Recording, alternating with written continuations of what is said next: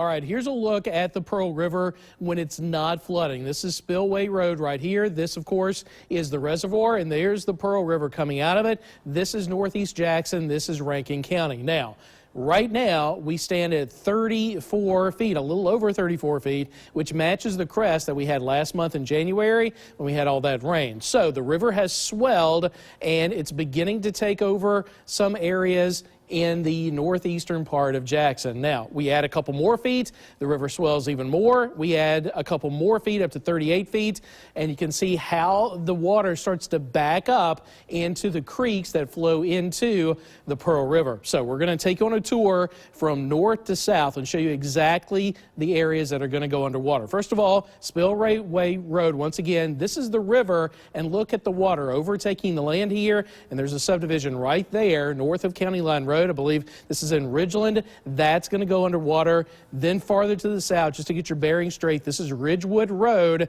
And this community right here, Westbrook Road, Meadow Oaks Park Road, Yucca Drive, Harrow Drive, Romany Drive, all of those will be taking on water at 38 feet.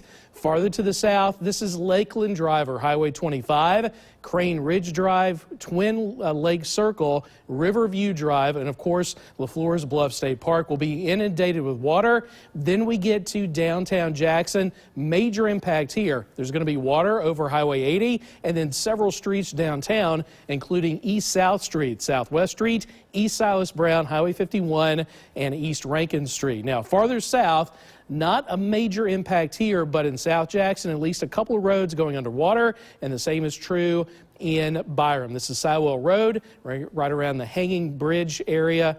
We could see the water covering that bridge as well. Now, thankfully, we are not seeing any more rain out there right now. We're going to get a break for a couple of days, but unfortunately, we do have some more rain coming back over the second half of the weekend, and it looks like next week is going to be wet again.